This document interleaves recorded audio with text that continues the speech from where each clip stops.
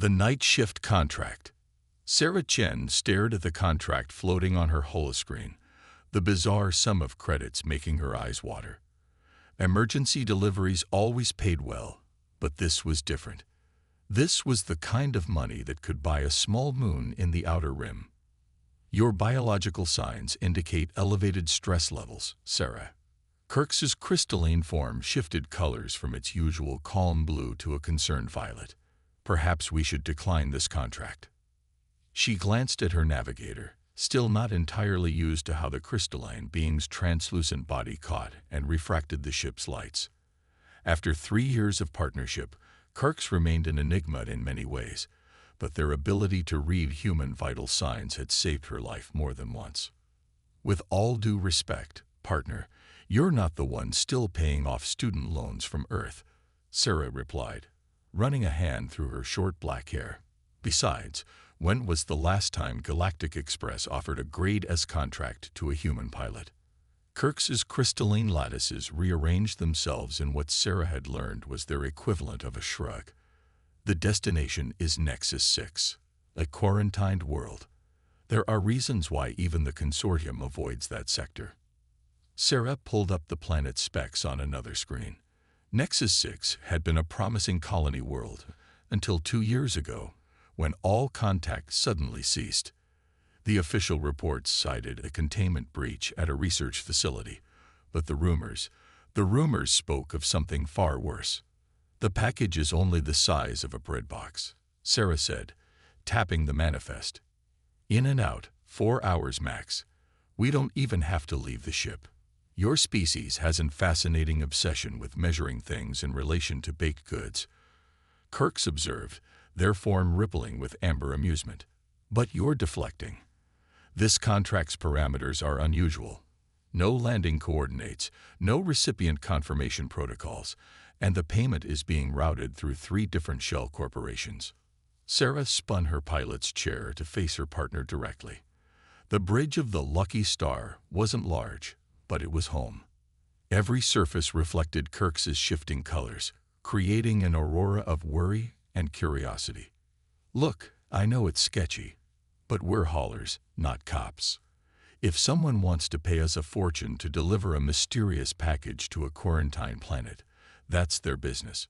Besides, she grinned, don't tell me you're not a little curious about what's in it. Kirk's surface fractals realigned in what Sarah recognized as their equivalent of an exasperated sigh.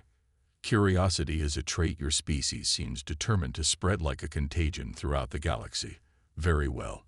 But we follow emergency protocols. Full shields, no atmospheric entry, and we launch the package via delivery pod. Sarah was already plotting the course. Deal. And hey, if something goes wrong, you can always say I told you so, in that smug crystalline way of yours. I do not. Kirk's began, but was interrupted by the ship's eye. Package has arrived in loading bay 3, the AI announced in its perpetually bored tone. Caution. Package is emitting unusual harmonic frequencies. Sarah and Kirk's exchanged looks. Unusual how? Sarah asked. Unable to classify. Frequency pattern does not match any known cargo types in database. Package appears to be singing. Sarah felt a familiar mix of excitement and dread curl in her stomach. This was how all the best, and worst, jobs started. Well, that's not ominous at all. Kirk's want to help me check it out. Her partner's crystalline form pulsed with resigned acceptance. Someone must ensure you don't compromise ship safety protocols in your enthusiasm. The loading bay was the smallest of the Lucky Star's 3 cargo holds, reserved for priority packages and anything that might need special handling. The package sat innocently on the scanning pad. A simple black cube about the size of a, bread box, with no markings except for a complex holographic seal that shifted and changed as they watched. Scanning complete, the AI reported. Package contains no biological or radioactive materials. However, harmonic emissions are increasing in complexity and amplitude. Sarah circled the cube carefully. Can you identify the material? Negative. Outer shell appears to be composed of an unknown alloy. Interior scan inconclusive due to interference from harmonic emissions. Kirks moved closer, their crystalline form resonating slightly with whatever the box was producing. These frequencies, they're not random. There's a pattern, but it's like nothing I've encountered before. Sarah reached for the cube, but Kirks's voice sharpened. Do not touch it directly. Standard quarantine protocols exist for a reason. Right, sorry. Sarah pulled back, load it into a containment pod, and prep it for transport. Agreed. Though I feel compelled to note that this is typically the point in human entertainment media where things begin to go catastrophically wrong. Sarah laughed as she initiated the containment sequence. You've been watching too many Earth horror films. Sometimes, a mysterious singing box is just a mysterious singing box. The containment field hummed to life around the cube, and Sarah could have sworn the harmonic emissions changed in response, becoming almost pleased. She shook her head. Now who was letting their imagination run wild? Course laid in for Nexus 6, the AI announced. Estimated travel time: 6 hours at standard FTL. See, Sarah said as they headed back to the bridge. We'll be there and back before breakfast. What's the worst that could happen? Kirks's entire form flashed warning red. Please do not tempt the universe with such questions. I have studied enough of your species' literature to know the inevitable results. Sarah settled into the pilot's chair, running through pre-flight checks. The familiar routine helped settle her nerves, though she couldn't shake the feeling that the cube's harmonics were somehow familiar, like a half-remembered song from childhood. Lucky Star requesting clearance for departure. She announced to station control. Clearance granted, Lucky Star. Be advised. Recent reports indicate unusual activity in the Nexus sector. Exercise caution. Acknowledged. Control. We'll keep our eyes open. Sarah engaged the engines, feeling the comfortable vibration through her seat. Ready to make some easy money, partner. Kirks had assumed their navigation configuration, their crystalline form interfacing directly with the ship's systems. I calculate a 68% probability that you will come to regret those words. The Lucky Star lifted smoothly from the dock, its engines powering up for the jump to FTL. Behind them, secured in its containment pod, the mysterious cube continued its strange song, its harmonics now perfectly matching the ship's engine frequency. Neither Sarah nor Kirks noticed this synchronization, just as they didn't notice the subtle changes beginning to occur in the ship's communication systems. The Lucky Star disappeared into FTL, carrying its cargo and its secrets toward a destination that would test the limits of human ingenuity and alien wisdom alike. In the darkness of space, something waited, and it was hungry for song. Descent into chaos. The Lucky Star dropped out of FTL with all the grace of a wounded animal. Warning lights flashed across every console as the ship's systems struggled to compensate for the sudden power fluctuations. What in the seven hells? Sarah's fingers danced across the controls, fighting to stabilize their trajectory. Kirks, talk to me. What's happening to my ship? Her crystalline partner had shifted to a deep, troubled indigo. Multiple systems are experiencing harmonic interference. The pattern matches. Kirks paused, their structure vibrating with concern. It matches the frequencies emanating from our cargo. The singing box. Sarah pulled up the cargo bay feeds.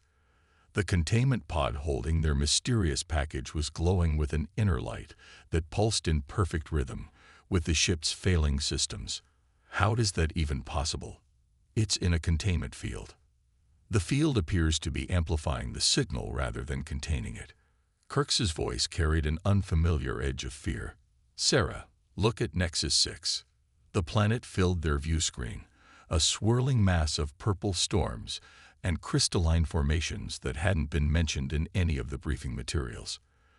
The surface sparkled as if covered in billions of diamonds, catching and reflecting the light of the system's dying sun.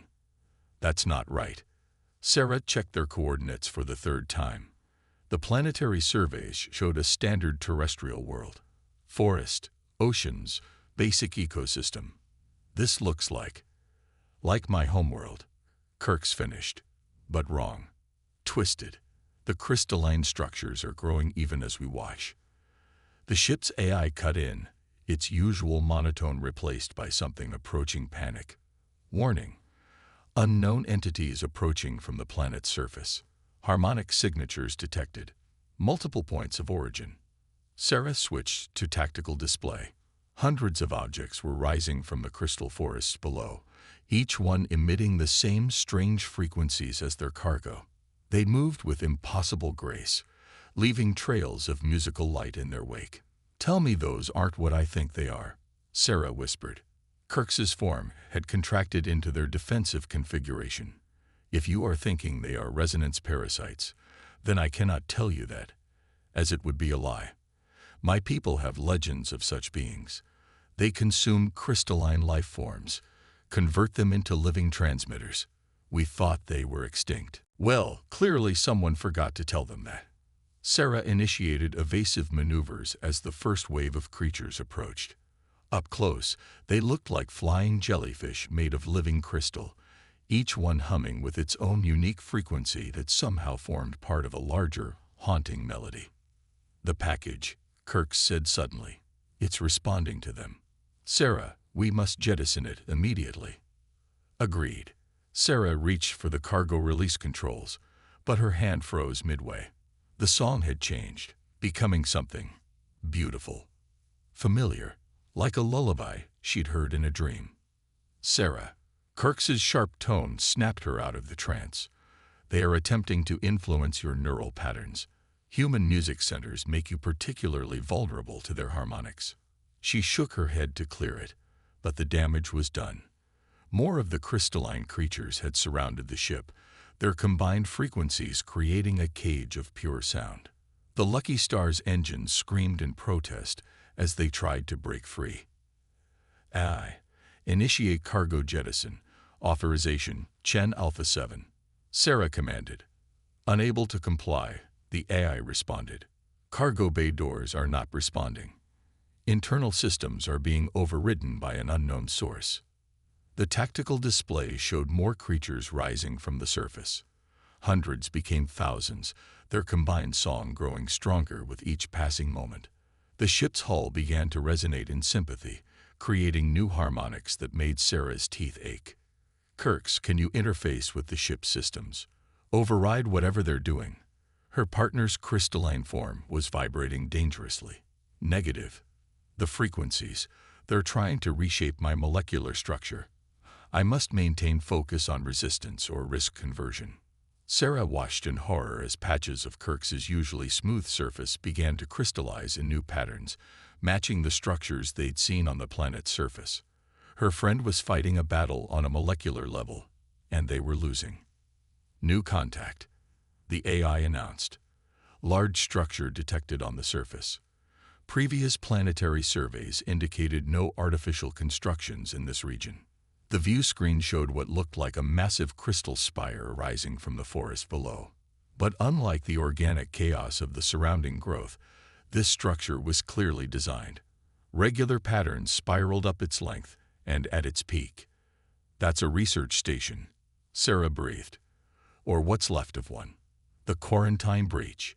They didn't lose contact with the colony. The colony became something else.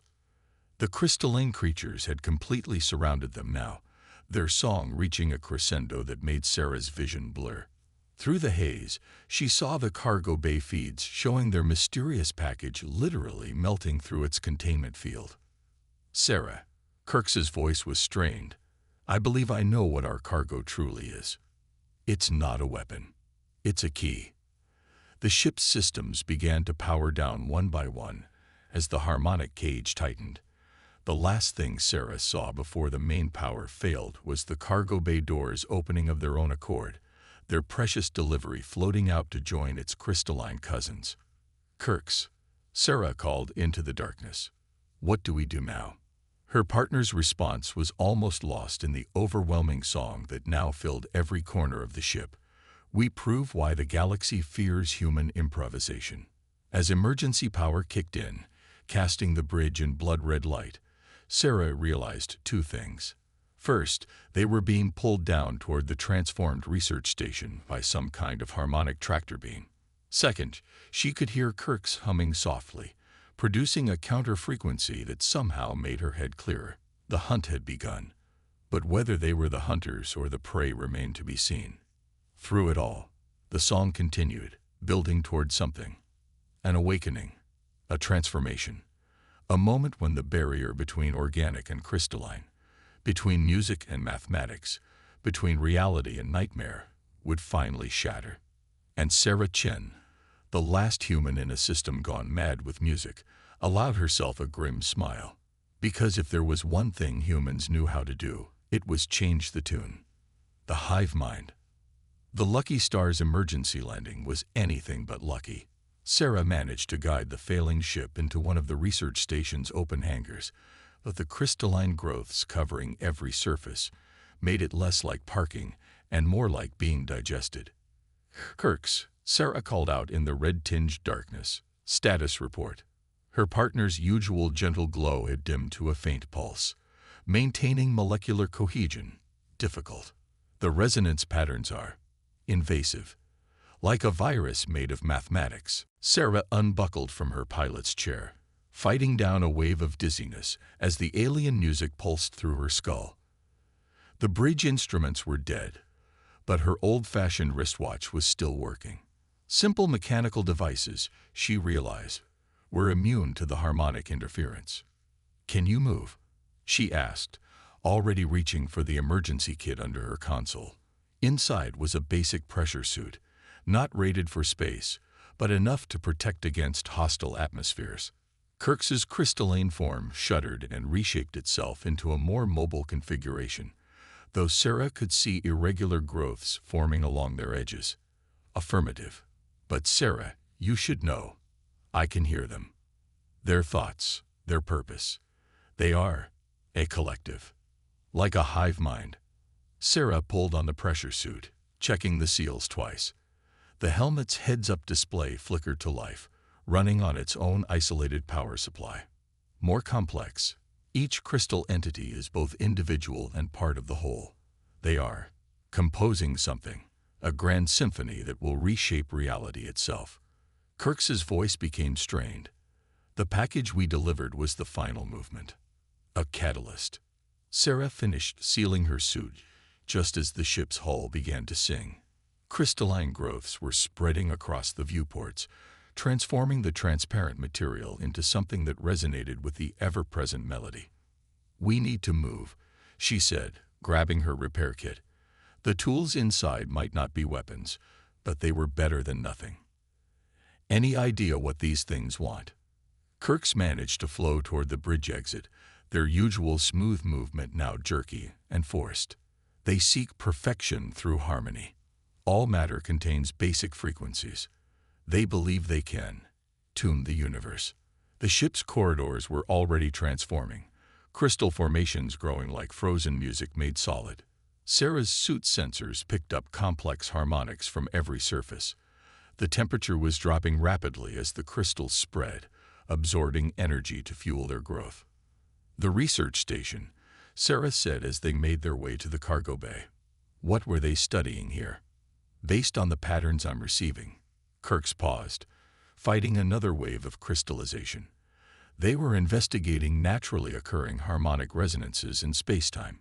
The station itself was designed to be a massive instrument, capable of detecting and measuring cosmic frequencies." They reached the cargo bay, or what was left of it. The space had been transformed into a cathedral of crystal, every surface arranged in precise mathematical patterns that caught and amplified sound waves. Our package, Sarah realized, it wasn't just a key. It was the conductor's baton. Kirk's form rippled with approval. An apt metaphor. The researchers found something, a fundamental frequency that exists at the quantum level. They believed they could use it to advance their understanding of the universe. Instead, they attracted these things, the resonance parasites. Sarah examined the crystalline growths with her helmet sensors. And now they're using the station as some kind of amplifier. A new sound cut through the crystalline chorus. Something organic, pained. Human screams. There are survivors, Sarah breathed. The original research team. They're still here. Kirk's response was grim. In a manner of speaking, the parasites do not simply consume.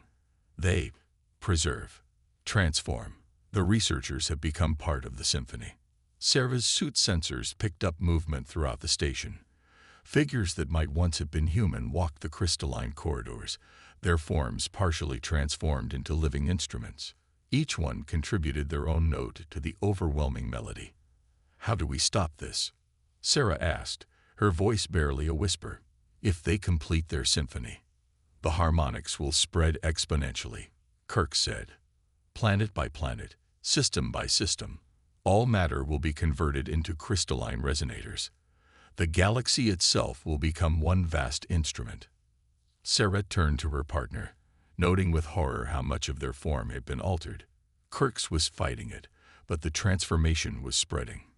You said human music centers make us vulnerable, she said slowly, an idea forming.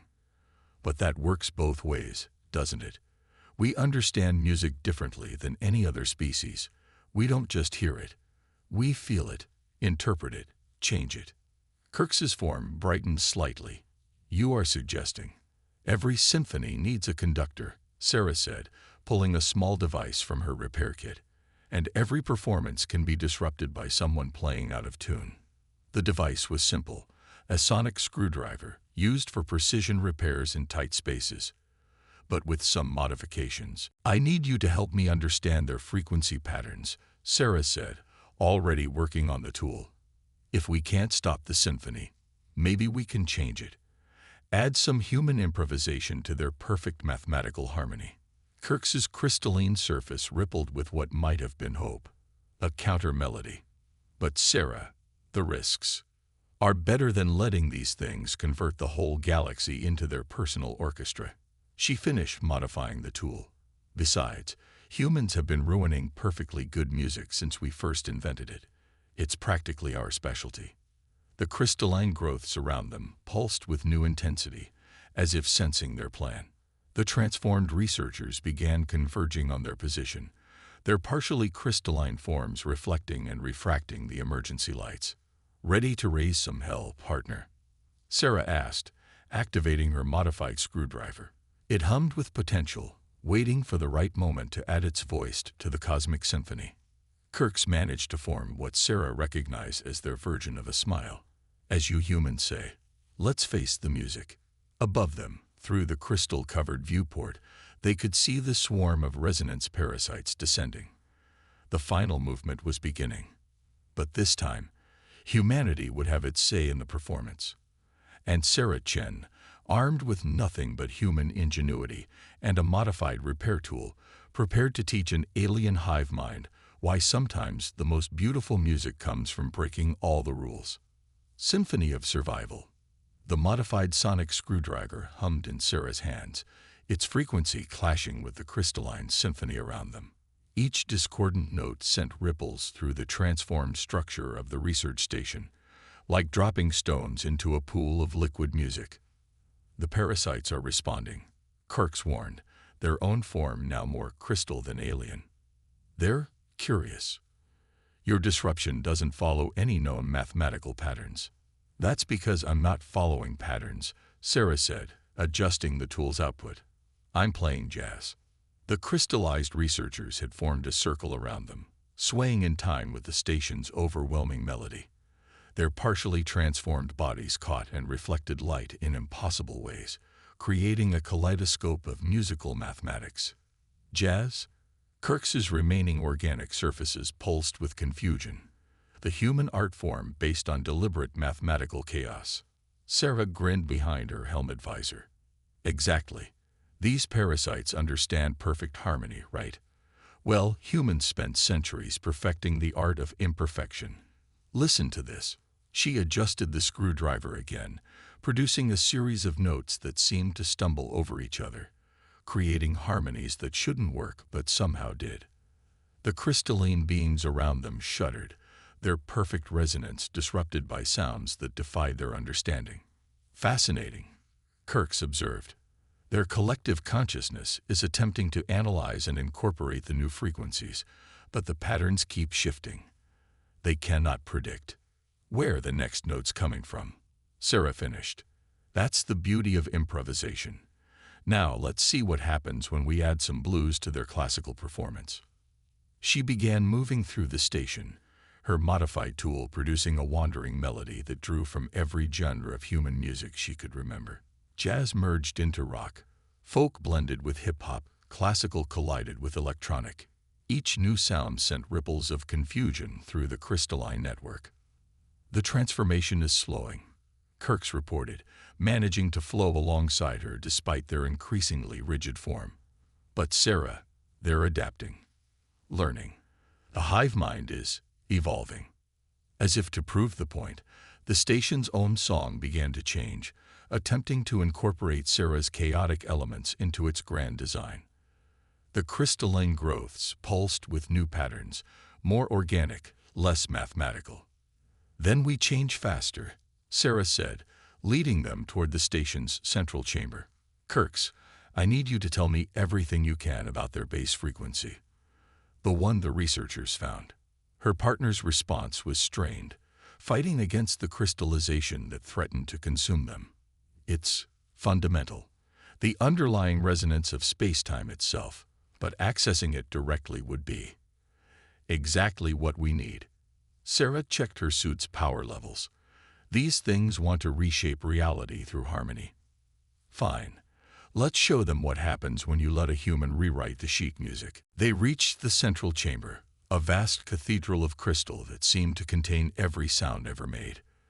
The package they delivered sat at its heart, no longer a simple cube, but a complex crystalline structure that pulsed with pure mathematical truth. Sarah, Kirks's voice was barely a whisper now. What you're suggesting, it could tear the station apart. The frequencies involved will either save us or kill us. Sarah finished. But I'm betting these parasites have never encountered anything like human musical theory before. Did you know we once used mathematics to prove that some notes don't actually exist? We found frequencies between frequencies, harmonies that shouldn't be possible. The transformed researchers were closing in, their crystalline bodies resonating with the station's song. Above, through the crystal dome, the swarm of parasites created patterns of light and sound that hurt Sarah's eyes to watch. The devil's interval, Kirk said suddenly, their scientific knowledge merging with what they'd learned of human culture. The tritone, a harmony so dissonant it was once forbidden. Sarah's grin widened. Exactly. These things want perfect harmony. Let's give them perfect chaos instead. She began reprogramming her sonic tool one last time. Kirks, I need you to synchronize with the station's resonance. Just for a moment. Long enough for me to use me as an amplifier. Kirks finished. The risk to my molecular structure. I know. Sarah placed her free hand on her partner's crystalline surface. I'm asking a lot. But you're the only one who can help me turn this cathedral into a mosh pit. Kirks's form shimmered with what might have been laughter. Your species' metaphors become increasingly incomprehensible under stress. They paused. Do it. Sarah activated the modified screwdriver at full power, channeling its output through Kirks's partially crystallized form. The sound that emerged was impossible, a combination of quantum mathematics and human musical theory that should never have existed. The effect was immediate and catastrophic. The crystalline growths throughout the station began to vibrate at conflicting frequencies. The transformed researchers stumbled, their perfect harmony shattered by notes that existed between existence. It's working, Sarah shouted over the cacophony. The parasites. There. But Kirks never heard the end of that sentence. The central chamber exploded into a tsunami of sound and light, as reality itself tried to decide which frequencies were real and which were theoretical. Sarah's last conscious thought was a snippet of an old Earth song, something about facing the music and dancing. Above the station, the swarm of resonance parasites scattered like notes from a broken chord, their perfect symphony transformed into something entirely new. Something that contained both mathematics and emotion, order and chaos, crystal and flesh. Something human. The music of the spheres had been rewritten, and somewhere in the darkness between frequencies, Sarah Chen and Kirks were about to discover exactly what happens when you let humanity improvise with the fundamental forces of the universe. The last note. Consciousness returned to Sarah, like a badly tuned radio, fragments of sound and sensation slowly resolving into coherent patterns. Her pressure suit's heads-up display flickered with warnings, but the overwhelming symphony that had filled the station was gone, replaced by something different. "Kirks," she called out, her voice hoarse. "Partner, you still with me?" The crystalline chamber around her had been transformed. Where before there had been rigid mathematical patterns, now organic curves flowed like frozen music. The light itself seemed to dance, carrying echoes of both harmony and chaos. "I exist." Kirks's voice came from everywhere and nowhere, though perhaps not in a form you would recognize. Sarah pushed herself to her feet, fighting a wave of dizziness. Her modified sonic screwdriver lay shattered beside her, its components fused into abstract shapes by forces she could barely comprehend. "What happened?" she asked, turning slowly to take in the changed environment. "Did we stop them?" The air shimmered, and Kirks's consciousness coalesced into a visible form, no longer purely crystalline, but a shifting pattern of light and sound that somehow retained their familiar essence. "We did more than stop them," Kirks explained. "We evolved them." Your human concept of improvisation, when combined with the fundamental frequencies of spacetime, created something entirely new, a harmony that embraces imperfection. As if in response, the transformed walls of the station pulsed with gentle light. Sarah realized she could still hear music, but it was no longer the overwhelming mathematical precision of before. Now it was something organic, alive. A jazz improvisation played on the strings of reality itself. "The parasites?" she asked, making her way toward what had once been the central control console. Its crystalline surface now rippled like water, displaying complex patterns that somehow made perfect sense to her human mind. "Look," Kirk said simply. Through the transformed dome above them, Sarah could see the swarm. But where before they had been rigid geometric shapes pursuing perfect harmony, now they flowed like schools of fish, their movements incorporating both mathematics and dance. Each one was unique, contributing its own variation to a song that celebrated difference rather than enforcing uniformity. "They're beautiful," Sarah whispered. "But the researchers, the people they transformed." A sound like distant wind chimes drew their attention. The crystallized researchers were entering the chamber, but they too had changed. Their forms were still partly crystal, but organic elements had reasserted themselves. They moved with grace rather than geometric precision, and their faces, what remained of them, wore expressions of wonder. One of them stepped forward, crystal sheets sliding over human flesh in an impossible but somehow natural fusion. "You showed us," she said, her voice carrying harmonics that made the air sparkle, "all our research into cosmic frequencies, and we never understood. Music isn't about perfection. It's about the spaces between notes," Sarah finished, "the imperfections that make it real. Human." Kirks's new form pulsed with understanding. "Your species has always known this truth, haven't you? That's why you create art that deliberately breaks its own rules. Why you find beauty in chaos." Sarah nodded, reaching out to touch the crystalline wall. It resonated under her fingers, playing a melody that combined mathematical precision with human soul. "We learned a long time ago that perfect isn't the same as beautiful. Sometimes the most powerful music comes from hitting the wrong note at exactly the right time." The transformed researcher smiled, an expression that sent ripples of light through her crystalline components. "We are neither what we were nor what the parasites tried to make us. We have become something new. A bridge between order and chaos, between crystal and flesh. A new kind of symphony," Kirks added. "One that needs both mathematics and emotion to exist." Sarah looked at her partner's evolved form, then at the transformed humans and the swarm above. "So what happens now?" The galaxy isn't exactly ready for reality-bending musical entities. The researcher laughed, a sound like wind through crystal caves. We will stay here for now. Learn to control our new nature. The parasites are no longer a threat. They've become instruments rather than destroyers. And perhaps, when we're ready, we can teach others what you've shown us about the true nature of harmony. Speaking of leaving, Sarah said, turning to Kirk's, are you still your partner? Kirk's form condensed slightly, becoming more defined while retaining its new fluid nature. If you'll have me. Though our delivery service may need to adapt its policies regarding unusual cargo. Sarah grinned. I think we can manage that. Though we should probably avoid advertising that we accidentally created a new form of musical life. The chamber filled with crystalline laughter as the transformed researchers began to disperse, each one adding their own notes to the station's endless improvisation. Above, the swarm danced in patterns that defied both physics and music theory, creating art from impossibility. The Lucky Star systems have been upgraded, Kirk's noted as they made their way back to the ship. You may find piloting to be a more intuitive experience now. Sarah patted the crystalline wall one last time. As long as the ship doesn't start playing death metal during FTL jumps, I can adapt.